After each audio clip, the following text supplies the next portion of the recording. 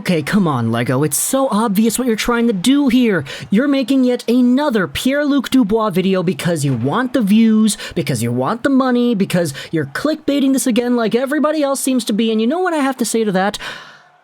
Yeah, of course I am. Like, everybody is talking about Pierre-Luc Dubois, and there's like a new article or a new post that goes viral every few days that it makes my job so easy when I have to sit there and say, okay, sitting on my throne here of YouTube stardom and popularity, that in which is not really all too real, it's just my regular computer chair, we gotta follow the news. People are talking about stuff, we talk about it, and that's how it's always been.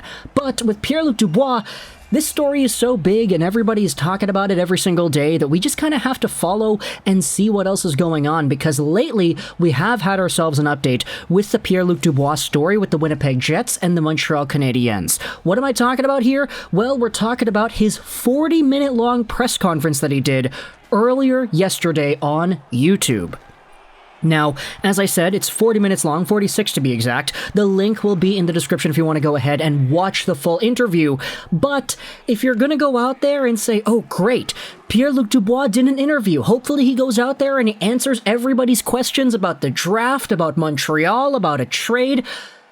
You're going to be disappointed if that's what you wanted, because Pierre-Luc Dubois pretty much did his best Neo impression in The Matrix, because my goodness, that guy can dodge bullets like it's nobody's business.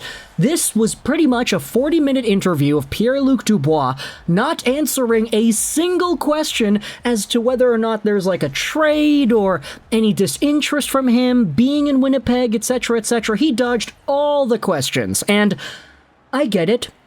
That's what you're supposed to do, right? Like, that's what you're pretty much being told to do by your agent and everybody that represents you. That's how it goes if you're a professional athlete making millions of dollars a year. But it's a little different here. Wouldn't you agree?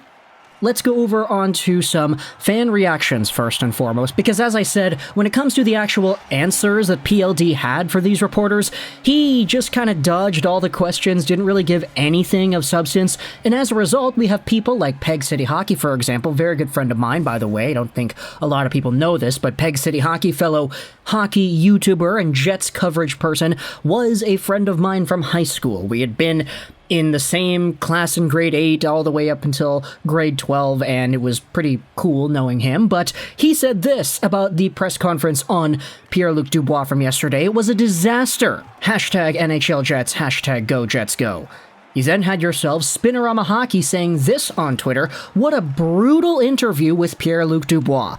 Fumbling trying to answer the questions. The least he could do was be forthcoming, especially with what his agent said on live TV. It's so clear he has no interest whatsoever in sticking around more than he has to. You had this quote here from Hot Take Hockey: Dubois, Tkachuk, and Huberdeau all just spoke publicly to the media. Here's what I've gathered.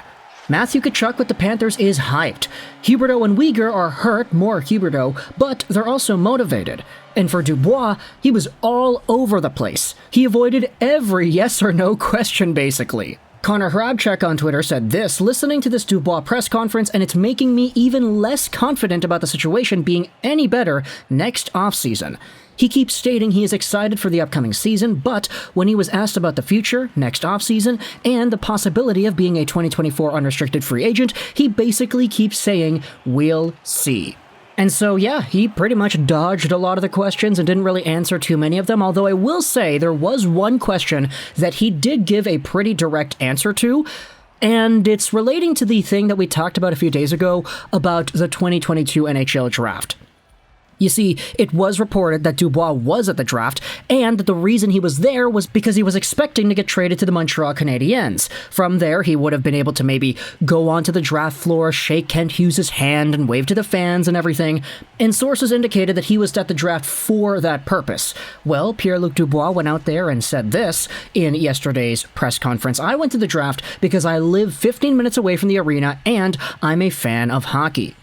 He notes that if he wanted a trade, he would have asked for one, and he says he did not do that. And so, okay, maybe on a technicality, Pierre-Luc Dubois has not officially asked for a trade, but There was a part in this interview as well where he says an entire thing about the media and how the media blows this all out of proportion. There's a new post, a new article, a new YouTube video from Lego Rocks 99 talking about it. Okay, he didn't say that last part, but you get what I mean. And this was yet another example over the past few years of Pierre-Luc Dubois just getting caught up in some rumors. But in his words, it's not really his fault. He didn't say he's requesting a trade or anything.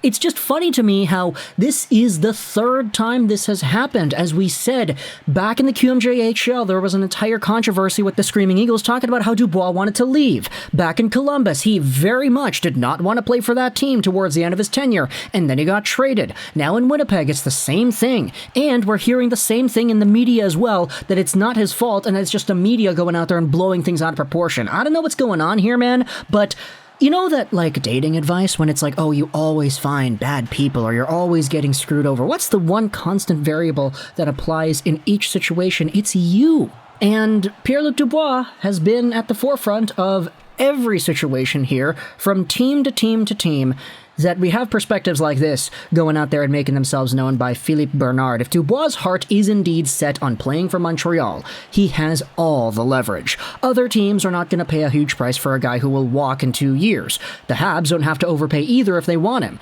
If the price is too high, they can just wait 2 years and sign him for free. Here's a reply from Chantal Cote. What is wrong with Winnipeg? He just got there. Was he born in Montreal? Is his family there? Philippe replies, Dubois is from Saint-Agathe-des-Monts, and he has always wanted to play for the Canadiens. He wanted out of Columbus because of Tortorella. Now he's just saying that in 2 years he'll test free agency and would like to play for home. Let's face it, Winnipeg is not the most exciting city to play for. To end off this video, I wanted to showcase an article from the Montreal Gazette published earlier yesterday as well by Stu Cowan. The Canadiens have had their eye on PLD for a very long time.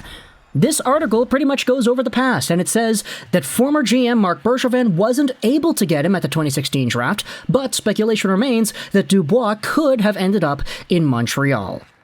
Now, this is revisiting a topic that we actually did talk about a long time ago. We made a video talking about how PK Subban was almost a Vancouver Canuck and how Pierre-Luc Dubois was almost a Montreal Canadien. I get it, the Vancouver Canucks had the 5th overall pick. If Montreal traded up to 5, they would not have been able to take Dubois because he went 3rd to Columbus, but if there was another trade or two, it actually could have been possible. That's something that we have talked about on the channel before, but it's being brought up once again here that, yeah, the old guy in charge, Marc Bergevin, was really trying hard to get PLD. And based off of everything that we had seen now, it's apparent that PLD does want to play in Montreal, and that has been somewhat of a long-term goal of his. And so, with these two ideas, the past and the present, potentially even the future, linking up together, it makes for a very interesting conversation about PLD and how he's going to probably one day end up in Montreal. And, I mean, it's not too surprising at this point. If you told me, oh, in 2-3 years, Dubois is going to be a Hab, I'll be like, okay, cool. So what did the Habs give up to get him? Or did they do anything like that? Did they just wait for him to go to free agency and then he signed there? It's kind of crazy, but 2, 3, multiple years before anything actually happens, I feel like we're already getting told what's going to happen here. He's signed a 1-year extension for $6 million, his qualifying offer with Winnipeg, and he pretty much just said that, like, you know, he's going to play and he's excited for the season, etc., etc. So I get it. Some Jets fans are still kind of sour towards everything, but at the end of the day, Pierre-Luc Dubois in yesterday's press conference not answering any questions that pretty much glossed over his disinterest in playing in Winnipeg, that's kind of what he has to say. And so, for the Winnipeg Jets fans checking out this video, you guys can't really do anything about this, man. Your guy just doesn't want to be there, and he can say all the things that he wants about being excited for next season and how his career is going to go and how this 1 year on his contract is going to go, but, I mean, he can't really say anything else, can he? So, talk in the comments your thoughts about Pierre-Luc Dubois and the press conference from yesterday. I hope you enjoyed this Juraj 99, and bye.